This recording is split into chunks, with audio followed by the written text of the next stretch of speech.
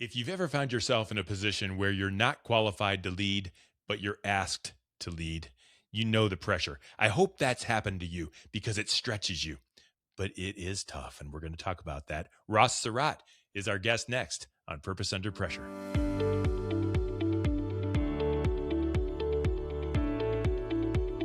Well, welcome back. My name's Brian, and this is Purpose Under Pressure. It's a podcast about developing sales and leadership success on purpose and under pressure. It's brought to you by the professional sales and leadership training team at Sandler by the Ruby Group. You'll find them in Akron and Columbus, Ohio. They're in Jacksonville, Florida. They're in Capital Region, New York. As you'll find today, they serve people all over the country, and they do their work on purpose. So you and your team can represent that way to get the job done, to make the sale, to lead your team. It's about doing things right, not just on purpose or fast or because you have to. It's about doing things the right way. You connect with them online at therubygroup.sandler.com. The Ruby Group, where sales, leadership, and purpose come together. So let's get cooking. Our guest today is a Sandler by the Ruby Group client, and he's learned well from them over time. We'll talk about that a little bit later, but he is Ross Surratt. He's president and CEO at MFCP, that's Motion and Flow Control Products Incorporated, and he's our guest today on Purpose Under Pressure. Ross, welcome to the show. I'm glad to be here, Brian. I'm glad you're here too, and I'm interested in talking to you about leadership and sales development and overall doing things right, because I know that's what we want to talk about. But I'm interested first. Tell me a little bit about MFCP, what you do there, what's going well, why you're proud to represent that company. Okay. We're MFCP is a wholesale industrial distributor. So we buy from a multitude of manufacturers. The primary manufacturer we represent is Parker Hannifin, a Cleveland-based company, actually. And so we have roughly 62 branch locations across the western half of the U.S., branch manager, outside sales, inside sales. And we're calling on the industry in that area that uses hydraulics, pneumatics, fluid connector type products. And I would say we're more than just a distributor that sells parts in a box. We're very much a value add. We do quite a bit of engineering, design, and take those parts in a box that we sell and build things, and engineer, build, commission things out of those products, like hydraulic power units, if you will, that sort of thing. So full line industrial distributor that focuses mainly on the motion and flow control space. And tell me a little bit about that space. So I've been in marketing all my life. I can call on any single business anywhere and we can talk marketing. Everybody has that in common.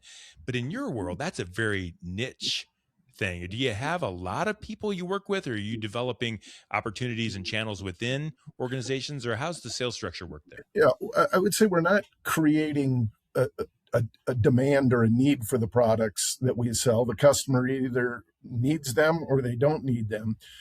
We focus more on kind of being a supply chain partner and kind of the value proposition that goes along with transacting the sale of parts. So it's industry. It's, our largest customer segment would be what we would call mobile hydraulics, customers that take a chassis and build something out of it, a garbage truck, road striping equipment, nut harvesting equipment, and on. Certainly the Caterpillars and the John Deeres use a lot of what we sell, but, more like the automotive big three, those guys are going direct to the manufacturer. So we're playing in that space where you maybe build 50 or 100, garbage trucks in a year, or fire trucks in a year.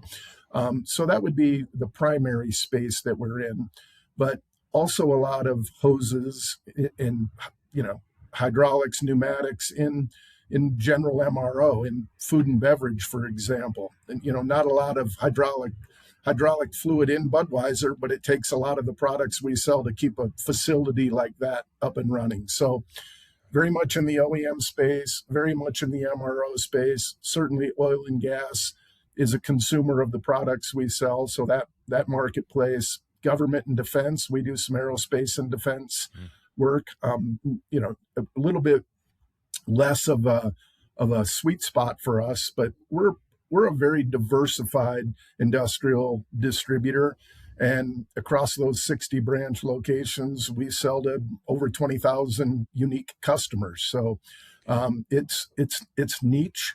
You're right there, Brian, but there's a lot of people in industry using the products that we sell.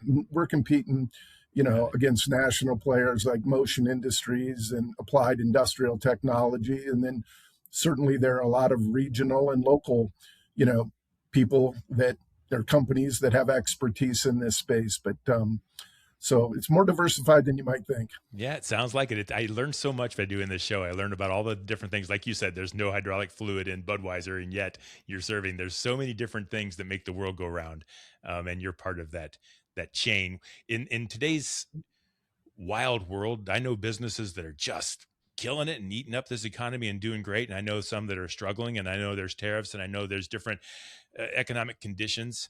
Are there certain things that are you're having to overcome right now as a business, not necessarily as a sales organization, but as a business that are on the horizon?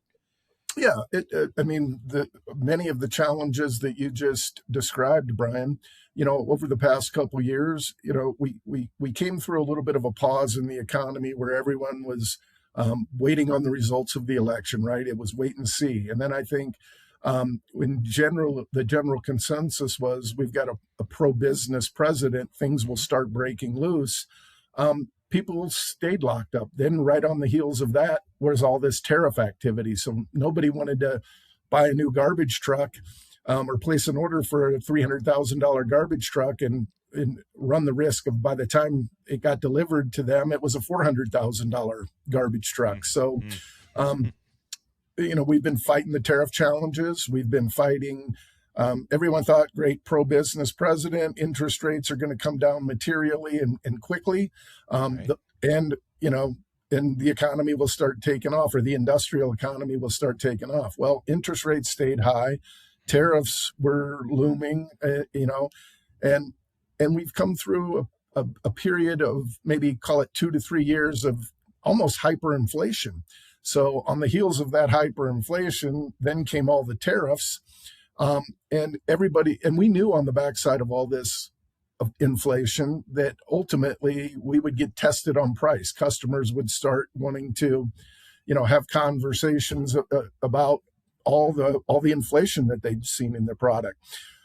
What we didn't anticipate happening is everyone's eyes going to price at the exact same time because of the tariffs.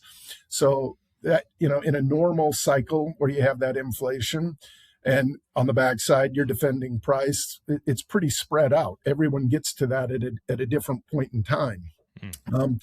Well, in this time, everybody got to it at the same time because everyone was so deep into their pricing, trying to map out the implications of tariffs that it brought those discussions to the forefront all at once. So experiencing some price pressure, experiencing some supply chain challenges.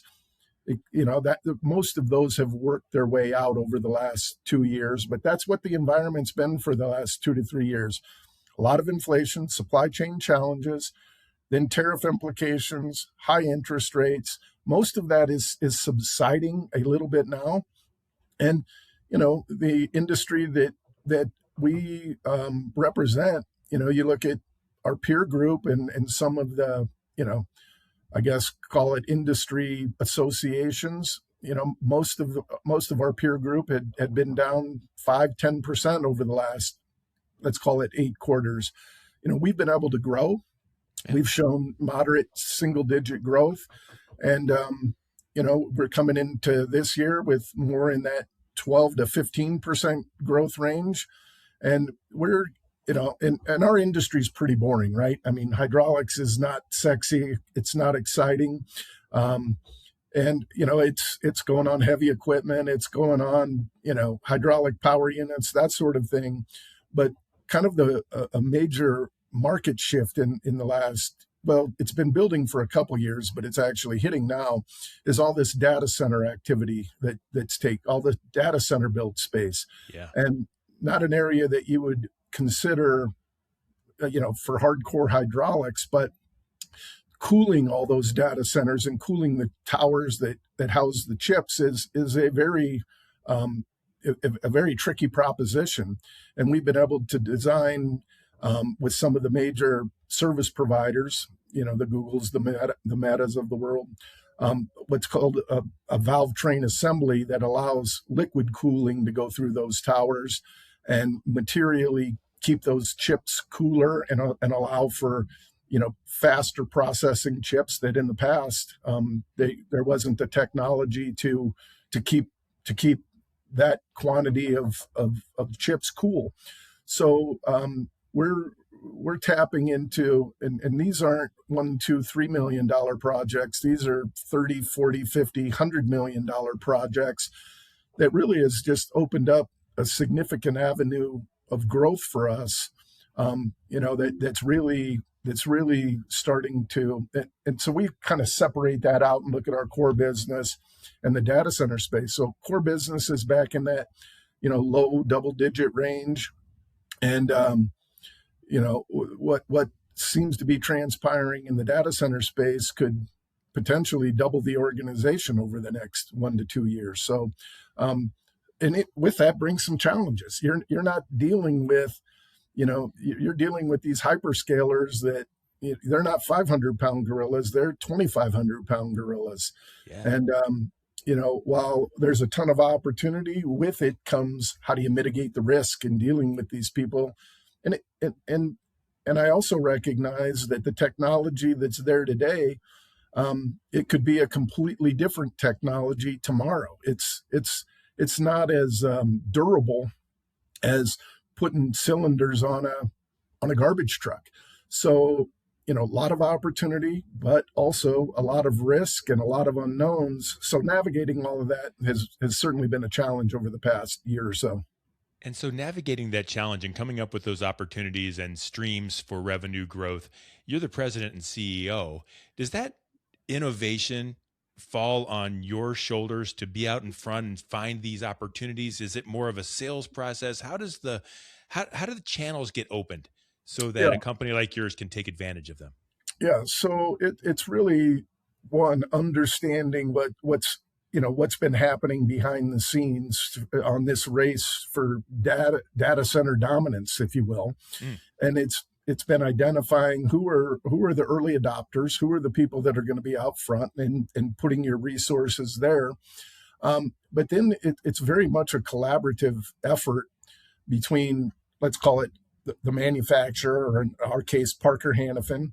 And then they've got to find competent distributors who have, I guess, the engineering savvy, the technical expertise, and the capital to be able to scale up and handle some of these larger projects. So it's a collaboration with the service providers, the Metas of the world. And, they have a ton of engineering resources dedicated to these type of projects. They're trying to be first. They're trying to come up with solutions that are first to market. And so there's a sales element to it. I mean, we have to have people who can sell our value proposition or articulate our value proposition, our flexibility, our ingenuity, all of those things. But then after you get their ear on the sales side of things, you've got to have competent technical resources that can then roll their sleeves up and collaborate with, say, the engineering team at Meta and design a solution that works. And then once you've designed a solution that everybody says, yeah, we think that's going to work, then you've got months and months, almost a year of testing to prove the validity of that solution.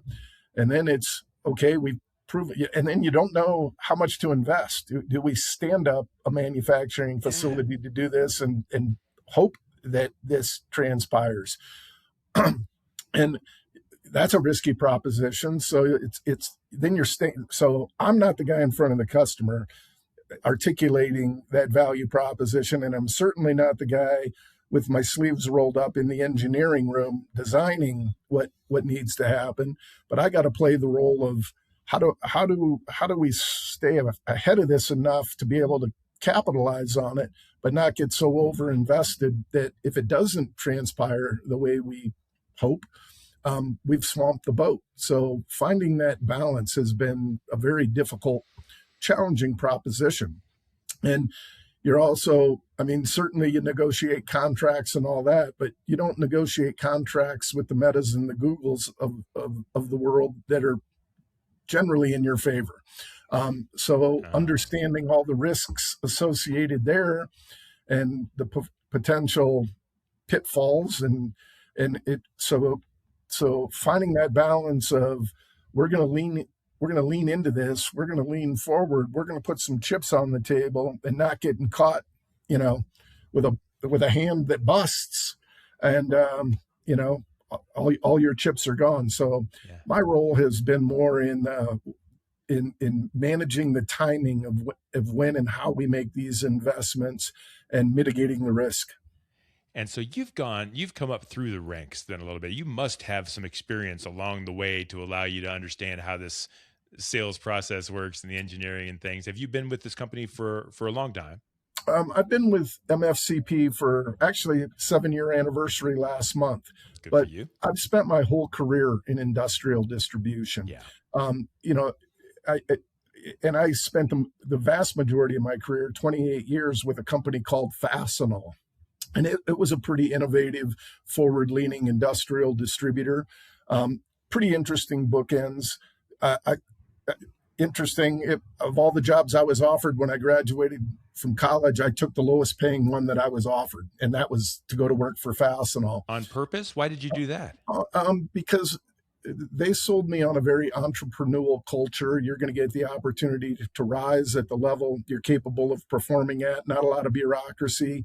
Mm. And it was only a $50 million company the year I started. Of course, 21-year-old kid, I don't recognize that a $50 million company is super small. But I saw it grow from a $50 million company to a $5-6 billion company in the 26 years, 28 years Wow. actually, that I was there. And that was all done organically. So none of that was through acquisition. And so I had a front row seat and a guy in the ring out there articulating a value proposition, articulating what a good supply chain partner looks like. And I've spent the majority of my career in front of, large customers, multi-site customers, and so I had the unique role of full P&L responsibility, but I also was very much front and center in landing bigger opportunities. So you know, sales and understanding the value proposition that's important to customers and how to articulate us being a supply chain partner as opposed to a transactional supplier, and how to actually tie dollars to that and make it real to the customer, and in return support a higher piece price has really been what I've done my whole career. And so those same skills applied from that I learned at Fastenal when I came to motion and flow control products, Hmm.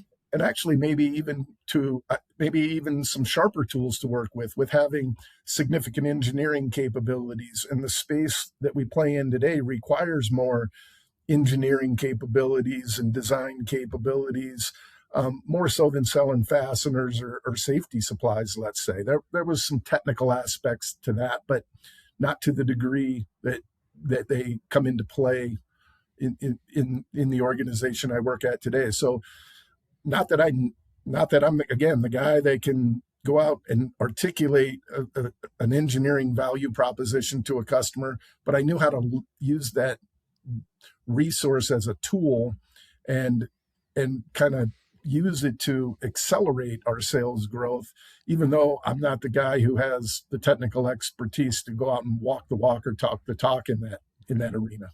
But you learned that along the way, and I'm interested. There's people listening now, and the world is changing. Where the jobs are is changing, and people want to start at the bottom and work their way up. A lot of times now, people want to start at the top. I know Oh my yeah. kids make way more money than I ever made, and coming right out of school and stuff like that. And people want to start right at the beginning. What what challenges did you have to overcome? I'm sure there were some from starting where you were to getting to where you are now. Can you remember some times where maybe it wasn't quite so smooth? One of the things about this show, Ross, Purpose Under Pressure, people your neighbor looks at you and say, wow, look at Ross. He's got it made. He's got the nice house and the nice car and everything's great. Well, it wasn't always that way, and they need to understand that it wasn't always that way. Were there some times where you had to overcome some pressure to kind of get on the right path?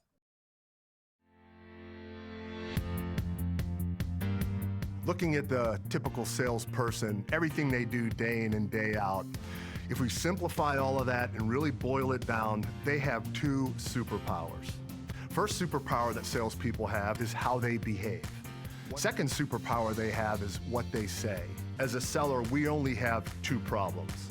We either said something or did something that we should not have said or done, or we didn't say something or do something that we should have said or done.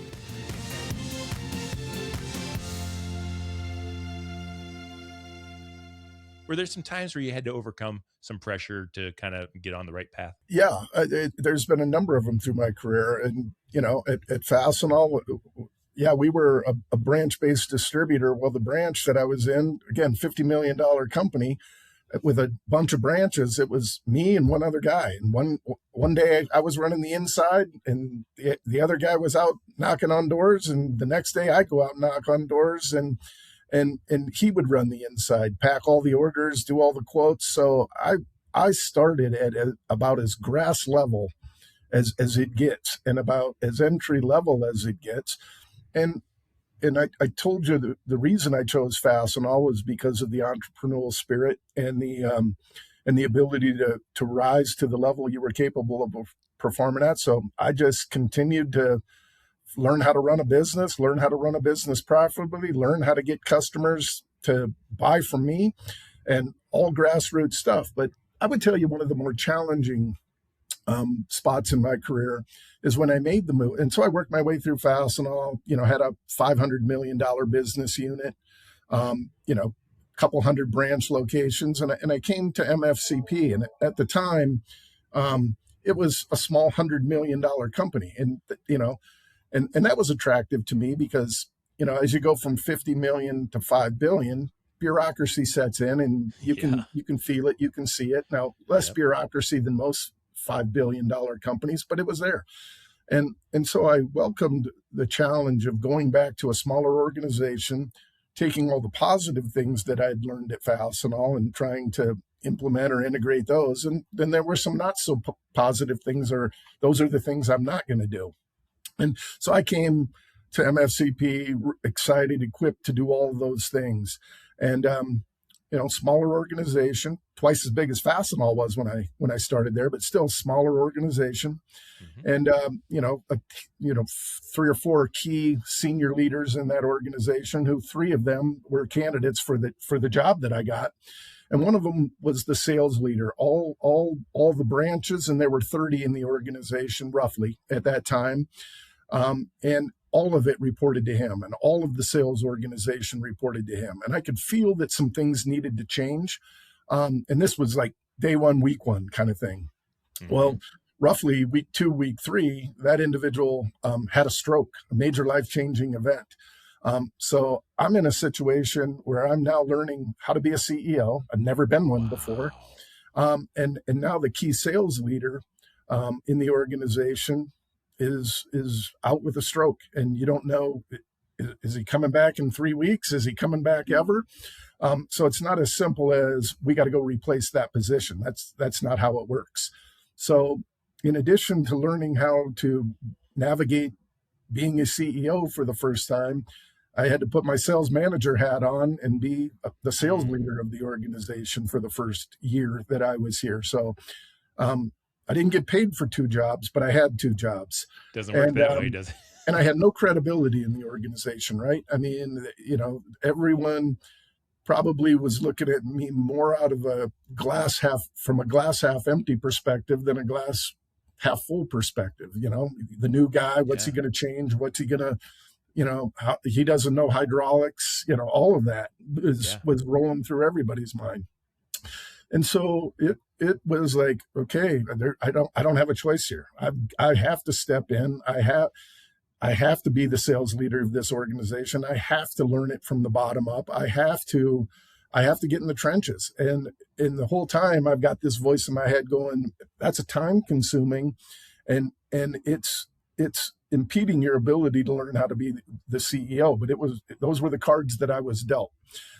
Now, and we navigated through it just fine. It was it's challenging enough. You can get in your own head when you go, okay, I'm in a completely new industry, and that's somewhat true. A completely new product offering, but the industry was the same. I've got to earn the trust, the credibility, and respect with 300 people that don't know me, and I've got to go be the sales leader of this organization and rally a group of people to be forward leaning. And this organization had good bones, but I would say it wasn't a forward leaning sales organization. We had good reoccurring revenue, legacy customers, but we weren't out turning over rocks and using our innovation or innovativeness to leverage a higher percentage of the market. So we got through that first year. All of that sorted itself out, but as challenging as it was, I looked back on it and could see this actually even while it was happening. The good side of that was I got to influence the organization at the grassroots level, and I wouldn't have been able to influence the organization at the grassroots level. And I would have probably had some interference or some challenges to overcome with that sales leader. And we probably wouldn't have gotten from point A to point B as quickly as we did if that unfortunate wild card hand wasn't dealt my way. So, as challenging as it was actually, I'll say maybe blessing in disguise. There's nothing about a stroke that's a blessing. So, that's not what I mean. But right. From my ability to influence the organization, to learn the organization, and to sort of structure it in a way that it could have a forward-leaning growth mindset, that was the silver lining in that whole unfortunate situation. In that moment when you came in and arguably perhaps weren't fully qualified for the position, which is why there was someone else in it, that kind of thing, and you didn't have the support of the people, help the listeners and viewers understand, what's the leadership trait that you have to show when you have to lead, but maybe haven't earned the trust yet? You don't have the opportunity to bring them on. You have to go, but are they going to follow? Yeah, I think for me, I've always had a very straightforward, transparent, tell it like it is. Don't sugarcoat things. Don't give half truths. Don't give partial information. I think the ability to be brutally honest with people. Here's the landscape. Here are the facts. Here's where I got to be vulnerable. Here's where I gotta take charge. So I think just that open, transparent leadership style was critical in all of that.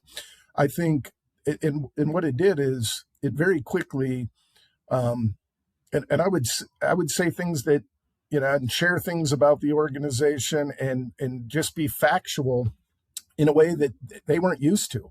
A lot of these folks had never seen financial statements. A lot of these folks didn't have the facts or the roadmap or clarity on what good looks like in a business. So just opening up the books, being transparent, teaching people how to make good, right decisions off of and trusting them with the information, creating that entrepreneurial environment and empowering them is I think what was, I don't want to say the secret sauce, but that was a big key in getting buy-in and getting that light bulb to click on for people and getting that, hey, I'm allowed to make decisions now. I'm allowed to think on my own. I'm allowed to make a mistake, now.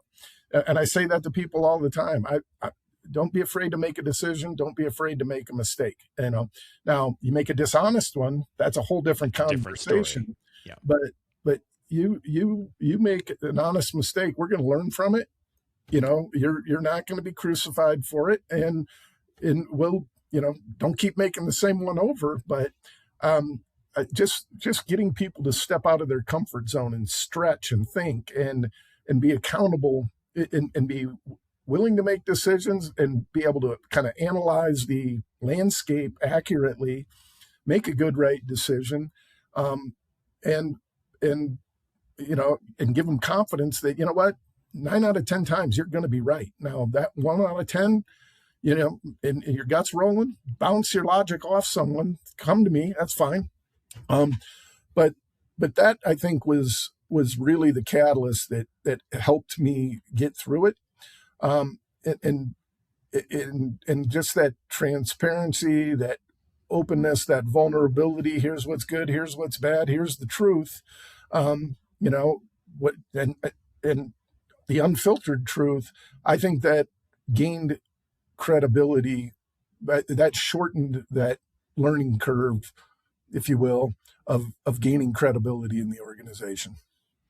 And moving forward for MFCP, what do you see on the horizon? The hardest thing that you can see coming that your organization is going to have to ramp up to overcome, the pressure that's on the horizon that you have to get over? I would say the most imminent one right now, with the highest stakes, the highest reward and the highest risk, is navigating this data center space. I mean, again, we're used to a very traditional customer base, a very, hydraulics haven't changed in 40 years, and there